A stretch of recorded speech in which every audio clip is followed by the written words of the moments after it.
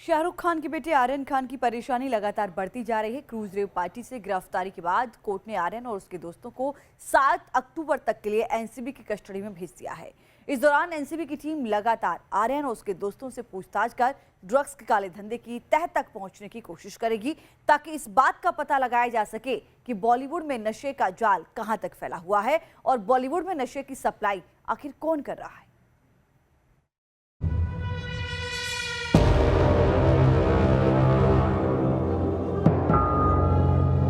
न तो वकीलों की कोई दलील काम आई और न ही आंख से बहते आंसू। कोर्ट ने एनसीबी की मांग पर बॉलीवुड के बादशाह खान के लाडले आर्यन खान और उसके दोस्तों अरबाज मर्चेंट और मुनमुन धमोचा को 7 अक्टूबर तक एनसीबी की कस्टडी में ही रखने का फैसला सुनाया। यानी अब लगातार 3 दिन तक शाहरुख खान के शहजादे को अपने दोस्तों के साथ एनसीबी के सवालों का सामना करना पड़ेगा। शाहरुख खान के बेटे आर्यन खान और पकड़े गए सभी आरोपियों को 7 अक्टूबर तक के लिए एनसीबी की रिमांड में भेज दिया गया है। एनसीबी की तरफ से कुछ ऐसी दलीलें कोर्ट के सामने रखी गई और कहा गया कि इनके रिमांड की सख्त जरूरत है।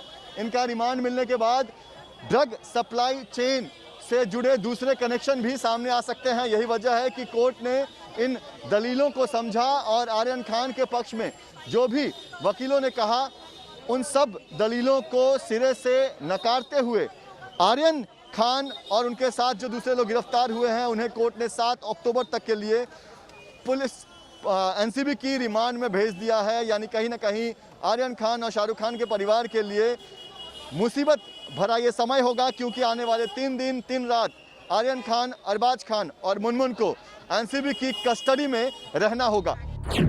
इन 3 दिनों में एनसीबी इस बात का पता लगाने की कोशिश करेगी कि आर्यन अपने दोस्तों के साथ सिर्फ पार्टी ही कर रहे थे या फिर क्रूज पर इकट्ठा हुआ था पूरा ड्रग सिंडिकेट। एनसीबी इस बात का भी पता लगाएगी कि आर्यन समेत गिरफ्तार किए गए सभी लोग सिर्फ कंज्यूमर थे या फिर ड्रग के कारोबारी थे। पूछताछ के जरिए यह भी पता लगाया जाएगा कि बॉलीवुड में नशे का नेटवर्क कहां तक फैला है।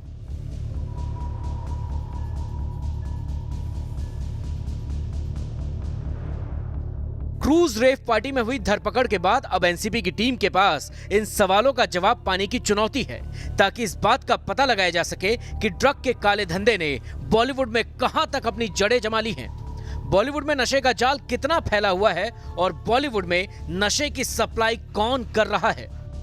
सोमवार को मुंबई के किला कोर्ट में आर्यन खान, अरबाज मर्चेंट, मुनमुन धमेचा की पेशी के तुरंत बाद एनसीबी ने तीनों आरोपियों की कस्टडी को 11 अक्टूबर तक बढ़ाने की मांग की।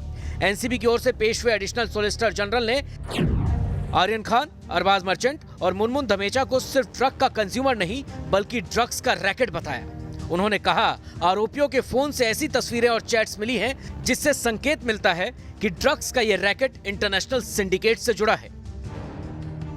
एनसीबी की ओर से आरोपियों की रिमांड के लिए कोर्ट में दलील दी गई कि इस मामले का खुलासा करने के लिए अभी पूछताछ जरूरी है।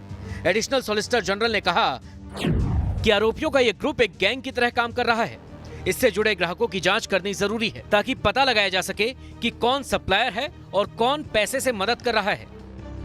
एनसीबी की ओर से कोर्ट में यह दलील भी दी गई कि सिर्फ एक दिन में पूरी जांच नहीं की जा सकती, इसलिए आरोपियों की कस्टडी को बढ़ाना जरूरी है, ताकि आरोपियों को आमने सामने बैठाकर क्रॉस एग्जामिनेशन किया जा सके।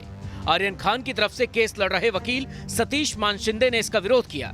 उन्होंने कोर्ट से कहा कि आर्यन को क्रूज पर हिरासत में नहीं लिया गया, उनको वहां स्पेशल गेस्ट के तौर पर इनवाइट किया गया था। आर्यन एक दोस्त के साथ वहां गए थे, वो ये भी नहीं जानते कि उन्हें क्रूज पर कौन सा केबिन अलॉट किया गया था। इसके अलावा आर्यन ने क्रूज पर जाने के लिए एक भी पैसा नहीं दिया और न ही वो किसी ऑर्गेनाइजर को जानते हैं।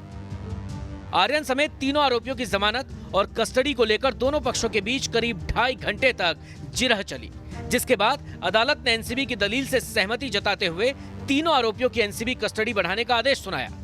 कोर्ट ने कहा, इस मामले की जांच काफी महत्वपूर्ण है, मामले की तह तक पहुंचने के लिए जांच की जानी चाहिए। ये जांच आरोपियों और जांचकर्ताओं दोनों के लिए फायदेमंद है। हियरिंग में सिर्फ इतना ही हुआ कि उन लोग ने एनसीबी कस्टडी मांगे और हम लोग ने अपोज किए थे, ये बोल के कि इन्वेस्टिगेशन हो गया है, पर कोर्ट ने 7 तारीख तक के इन्वेस्टिगेशन के लिए परमिशन दी। दावा किया जा रहा है कि पूछताछ में आर्यन ने पिछले 4 साल से ड्रग्स लेने की बात कबूल की है। इसके साथ ही आर्यन ने ड्रग्स सिंडिकेट से जुड़े कई नामों का भी एनसीबी के सामने खुलासा किया है।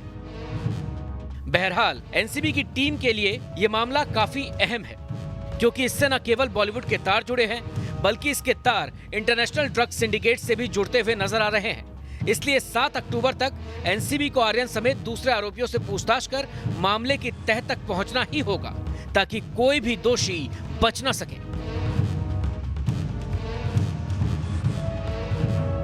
मुंबई से विकास श्रीवास्तव और पंकज मिश्रा के साथ टीम न्यूज नेशन।